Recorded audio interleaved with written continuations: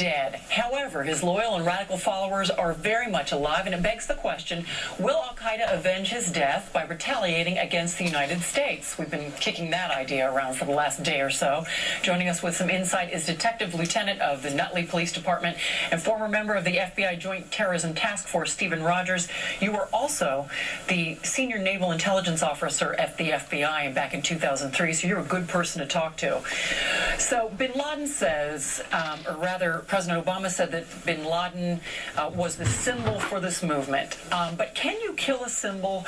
And now that he's dead, will he only inspire his followers to act, and perhaps act now?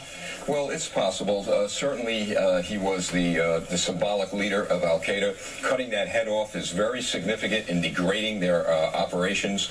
And yes, you're going to find that there may be some plots to go after softer targets rather than the high-profile targets at this point. By softer targets, what do you mean? Well, we're talking about malls, we're talking about crowded areas of a city, movie theaters, and it's so important, and I cannot underscore this one significant fact, that the American people now have to be very vigilant.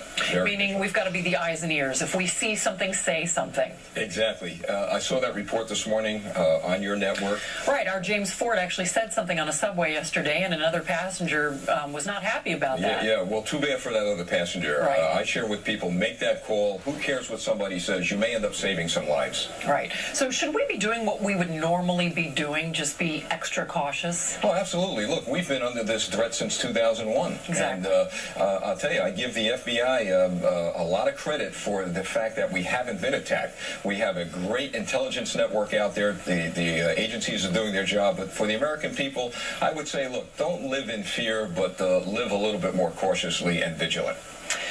Homeland Security Secretary Janet Napolitano has chosen not to issue a heightened security alert, at least not at this time. Was that the right move, do you think? Yeah, I think it is. Look, al-Qaeda wants to, or any terrorist group wants to instill a lot of fear in us. They want to do damage to our infrastructure, our economy. The way you do that is to keep people home.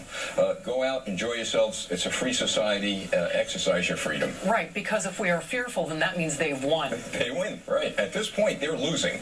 And I don't see any significant victory down the road for any of these terrorist organizations.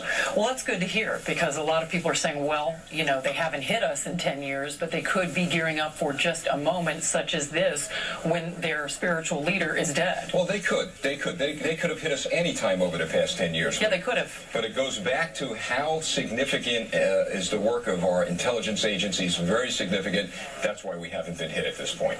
You're head of the Nutley Police Department. What are you all doing out there?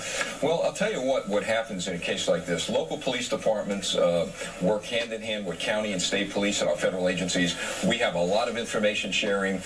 Police officers are very well aware. They're trained what to look for and how to react to certain situations. And the biggest and greatest asset we have in the war on terrorism is our extended eyes and ears, the American people. You see that package, you see something suspicious in your neighborhood, make that call. And I assume that you're going to be made aware of any new intelligence or new directives that are coming out. Oh, absolutely, without a doubt.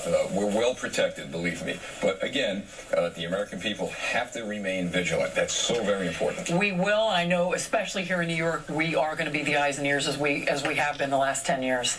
Stephen Rogers, thanks very much. We're going to be talking with you again next hour. You're so welcome. Please stick around. All right, so it is